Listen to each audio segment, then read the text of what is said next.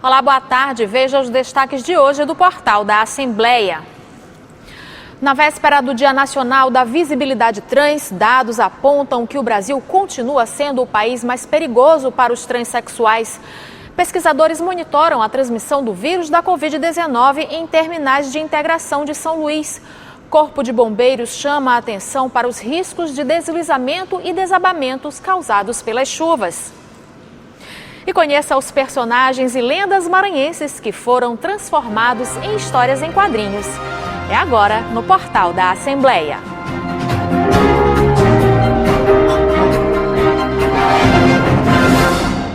Amanhã, dia 29 de janeiro, e a data escolhida para destacar nacionalmente a visibilidade trans, com o intuito de sensibilizar a sociedade para a importância de reconhecer a identidade de gênero.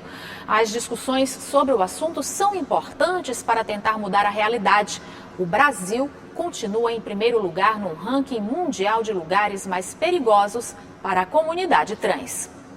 Em janeiro deste ano, a travesti Paulinha foi brutalmente assassinada na cidade de Timon. Mas ela não foi a única. Em São Luís, capital maranhense, no mês de dezembro de 2021, Lara Vini também foi assassinada. Para quem não sabe, transfobia significa aversão, ódio, ações discriminatórias e preconceito contra pessoas trans por conta da identidade de gênero. E identidade de gênero significa um modo como a pessoa se reconhece como mulher, homem, ambos ou nenhum dos gêneros. Direito que requer respeito. No Brasil, a transfobia é crime desde 2019. Foi enquadrado pelo Supremo Tribunal Federal como crime de racismo, enquanto não existe uma legislação específica sobre o tema para melhorar a proteção da população LGBTQIA+.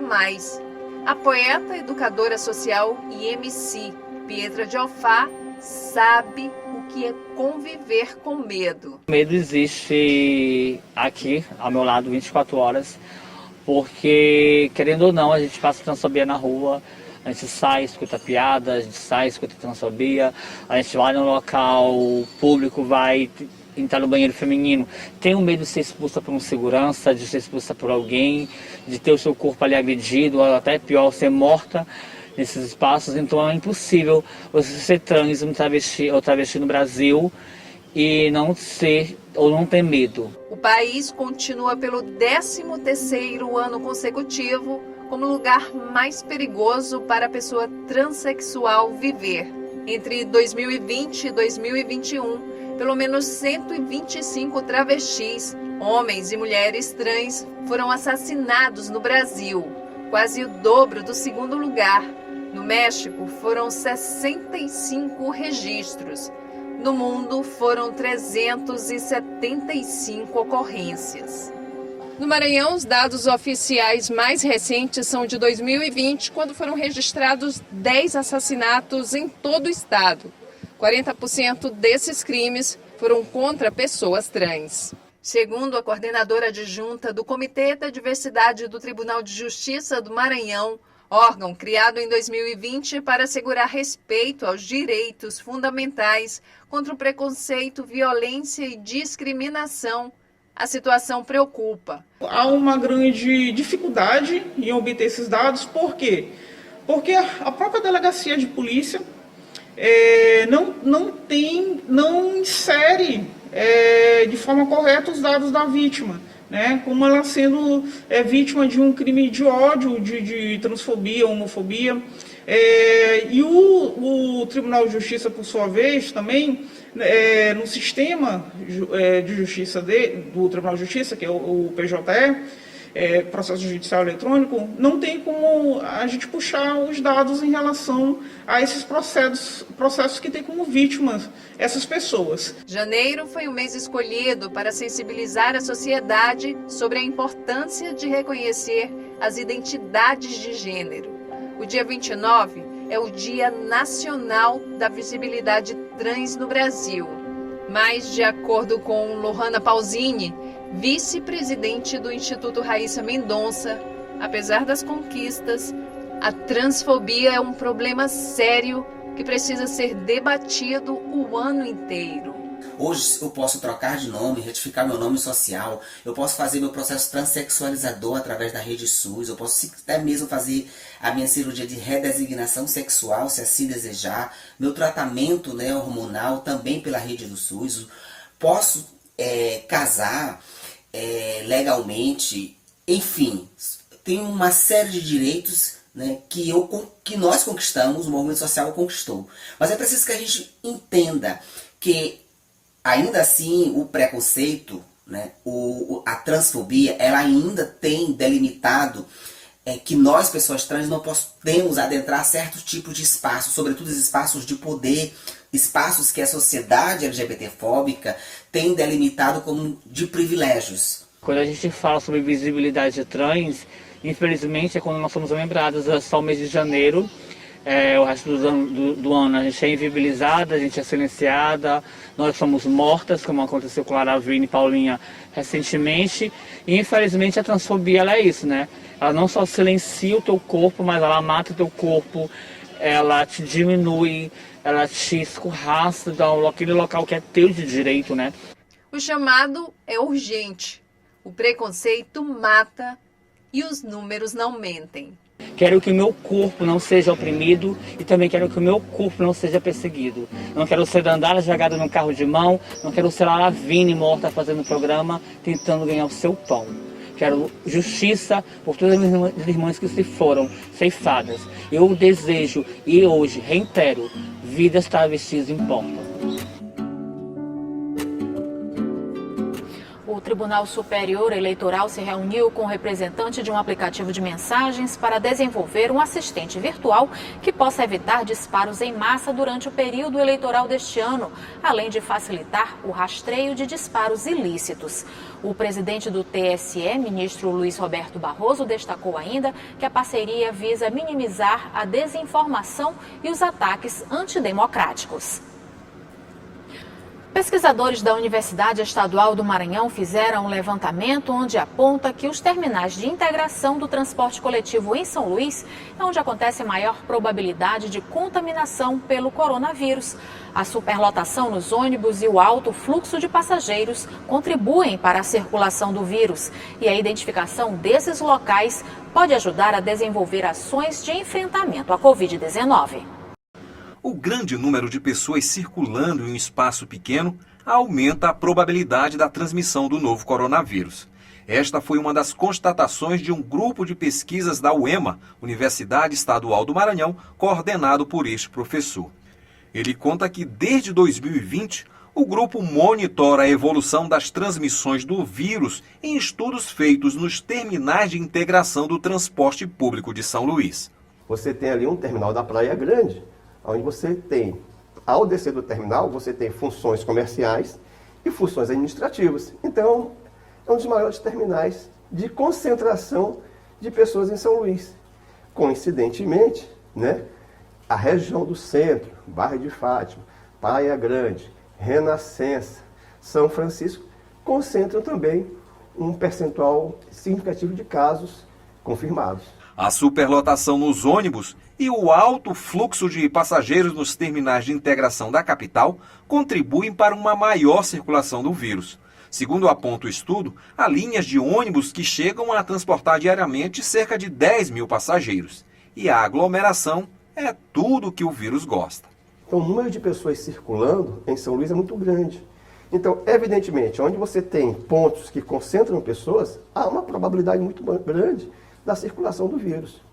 E se as pessoas não estão protegidas devidamente, aí sim há uma probabilidade muito maior. O estudo se concentrou nos fatores que estão ligados à distribuição dos casos de Covid nos bairros de São Luís, como o transporte coletivo. O grupo de estudos fez um levantamento em todos os terminais de integração de São Luís, buscando compreender a relação entre o aumento de casos de Covid-19 e a forma com que as pessoas se locomovem. A relação fica evidente quando observamos os dados da Secretaria de Estado da Saúde, atualizados no dia 14 de janeiro deste ano, que tratam dos números de casos de Covid-19 na capital. O Turu concentra o maior número de infectados pelo coronavírus entre os bairros de São Luís, com 1.528 casos. Depois aparece o Centro, com 1.389 casos, seguido de Cidade Operária, com 1.189 e Coatraque, com 1.183. O detalhe é que todos os bairros são próximos a terminais de integração. Devido à grande circulação de pessoas, os pesquisadores acreditam que a identificação destes locais possa ser útil para campanhas educativas e outras ações no enfrentamento à Covid-19. E veja no próximo bloco, o Corpo de Bombeiros orienta sobre como proceder em casos de riscos de desabamentos causados pelas chuvas. E o trabalho dos quadrinistas maranhenses que criam histórias com personagens e lendas do Maranhão. Você acompanha logo após o intervalo.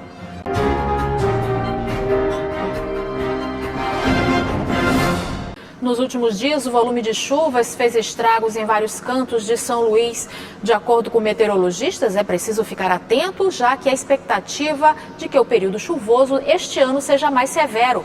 O Corpo de Bombeiros do Maranhão dá dicas de como se proteger em casos de deslizamentos e desabamentos. As marcas da destruição e dos riscos ainda estão por todas as partes dos imóveis. 16 famílias que ocupavam este prédio no residencial Piancó tiveram que sair às pressas por conta do deslizamento do muro. A estrutura da construção foi abalada e os moradores ainda estão assustados. Esse deslizamento aconteceu por conta da chuva, nunca tinha acontecido. A gente está aqui mais ou menos 11 meses e até então nunca tinha acontecido nada a respeito de deslizamento, nada. Mas a gente estava ciente, que a qualquer momento isso poderia acontecer. A gente estava esperando um aluguel social, para a gente ser retirado. Isso era para ter acontecido desde dezembro. Alguns moradores decidiram que iam resistir, não iam sair, e por conta demorou mais a demanda da gente ter saído antes. O deslizamento ocorreu na noite da última quarta-feira, momento que muitas famílias já estavam em casa. Felizmente, não houve registro de vítimas. Agora, além de contabilizar os prejuízos, as pessoas contam com a solidariedade de vizinhos e de parentes. A priori, algumas delas a gente mandou evacuar para os outros lados, para as pessoas cederem um espaço. Muitas delas dividiram. Filhos foram para a casa de avó, mães estão aqui, pais foram para outros lados e umas estão na escola. Porque não tem realmente para onde ir, não tem um familiar perto. Mas os estragos causados pela chuva foram registrados em vários pontos da capital. Comércios foram invadidos pelas águas, ruas virando rios, carros foram arrastados. O que chama a atenção é que, segundo este meteorologista, apesar do grande volume de chuvas nos últimos dias, o Maranhão ainda não entrou de fato no período chuvoso. No norte do estado, na nossa capital mais especificamente, geralmente as chuvas mais significativas, elas começam geralmente ali pela segunda quinzena de fevereiro, e o seu auge é o mês de março e abril. Então, esses 2 meses, março e abril, que são, na verdade, os meses do período chuvoso. Este major do Corpo de Bombeiros diz que existem 60 pontos críticos na capital e estão em constante monitoramento. O Corpo de Bombeiros faz esse trabalho de monitoramento juntamente com a equipe, a Coordenadoria Municipal de Defesa Civil. Nós temos aí em torno de 60 pontos aqui que são mapeados pela Coordenadoria de Defesa Civil e isso periodicamente é atualizado com as equipes de campo do Corpo de Bombeiros. Para quem mora em área de risco, vão aí algumas dicas. Observe se árvores, postes ou muros estão com alguma inclinação anormal. Atenção às rachaduras, trincas ou saliências no chão ou nas paredes. Observe se o local tem água mais barrenta que o normal. Pode ter algum cano com vazamento e infiltrando pelo terreno. E nos primeiros sinais de um deslizamento é importante sair imediatamente do local e procurar abrigo em lugares seguros. Quando estiver a salvo, ligue para a Defesa Civil no número 199 e ao Corpo de Bombeiros no telefone 193. E neste fim de semana é comemorado o Dia Nacional dos Quadrinhos. No Maranhão, alguns artistas incluem elementos maranhenses em seus trabalhos como forma de valorizar a cultura local. Apesar das premiações, ainda não é possível viver exclusivamente dos quadrinhos, mas é possível apreciar a riqueza das obras e o talento dos quadrinistas maranhenses. Enredos inspirados e ambientados em São Luís, criados por quadrinistas maranhenses. Em uma das histórias intituladas Escarrabrasa, o cangaceiro gentil, o Wagner retrata a capital São Luís em um futuro pós-apocalíptico, onde o lendário cangaceiro tenta achar a cura para o seu mal. Segundo o quadrinista, a inspiração para o enredo já era imaginado há alguns anos e tem referências em personagens de anime japonês. A gente procurou colocar uma narrativa bem dinâmica e agradável, né? Não tem nada didático, então a gente tenta colocar a valorização da cultura, né? Porque é uma história destinada ao público jovem, né? Então, para que o jovem desperte um interesse em buscar mais, né? E com certeza ele vai gostar bastante dos personagens. Eu acho que os personagens também são um ponto bem forte na história, né? São personagens interessantes, carismáticos e que vão agradar bastante. A obra também conta com a coautoria do Rafael Santos, quadrinista há 13 anos e que também prepara uma outra história focada em um detetive, o Tobias Salazar, um largato que desvenda mistérios por São Luís de uma forma bem humorada. É uma espécie de detetive baixa renda, né? Como ele se intitula. E as histórias do Tobias geralmente envolvem casos, mistérios que estão relacionados com os costumes, a linguagem, o dia a dia local, né? O dia a dia de São Luís. E nesse projeto impresso, a gente adicionou um detalhe a mais, né? Que envolve aspectos também culturais. No caso, essa aventura aqui, o Tesouro do Poeta, então a história do Tobias acaba se conectando com a vida e a obra de Gonçalves Dias. Tobias Salazar é um personagem legitimamente maranhense, né? É o típico maranhense que vive ali aos trancos e barrancos, né? Tentando ganhar a vida. E ele ganha a vida como detetive, né? Então o título é esse, Tobias Salazar, o detetive baixa renda. Ele acaba aceitando qualquer caso, né? Para poder pagar as contas no final do mês. Então tem bastante da vivência do maranhense no dia a dia, no cotidiano, né? No Maranhão, a maioria dos quadrinistas ainda necessita de apoio financeiro para se manter apenas da arte. Tobias e Escarrabrasa, por exemplo, só foram possíveis graças a editais públicos de fomento à cultura que financiam as etapas de produção e publicação das histórias. Os quadrinhos nasceram com o uso e expansão da imprensa, já que as primeiras tirinhas foram publicadas e consumidas pelos leitores. Esse fato garantiu ao gênero uma inserção no consumo cultural. O professor quadrinista e animador Beto Nicásio conta sobre sua relação com o gênero. Ele já venceu prêmios de salão de humor e quadrinhos no Maranhão. É um mercado muito importante, é um mercado muito importante em todos os sentidos, porque os nossos alunos, nossos jovens, o nosso povo precisa e carece de produções próprias, e também para estimular os novos leitores e novos produtores a também fazerem as suas produções de quadrinhos. Tenho grande orgulho de ser um quadrinista e também apreciar os trabalhos de outros quadrinistas daqui do Maranhão e do Brasil, porque acredito que os quadrinhos, além de ser um veículo de entretenimento e de lazer, também é um poderoso recurso de comunicação e formação. Se no mercado internacional personagens de quadrinhos invadiram as telonas, aqui no Maranhão é mais fácil encontrá-los na banca do André. Sim, não dá para você falar de quadrinhos sem bancas de revista, né? Porque é onde o público encontra, né, necessariamente os quadrinhos são em bancas, né? Então, com o fim das bancas na cidade, uma coisa não existe sem a outra. Ele pode até vender na internet, mas fica voltado muito para um público muito específico, já que a gente está falando de divulgação e de ampliar público. Esses quadrinhos precisam estar em bancas, e para eles estarem em bancas, as bancas precisam ainda continuar existindo.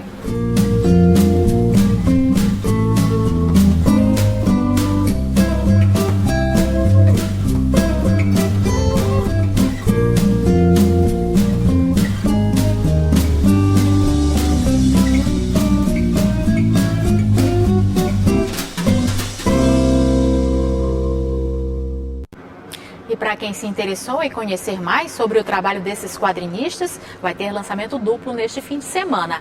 As aventuras do cangaceiro Escarrabrasa e do detetive Tobias Salazar vão ser lançadas no domingo, às 6 horas da tarde, na Livraria MEI, no São Luís Shopping. E o portal fica por aqui. Para rever as reportagens de hoje, acesse o site al.ma.leg.br/tv. Uma ótima tarde para você, aproveite seu fim de semana e a gente volta a se encontrar na segunda-feira. Até lá!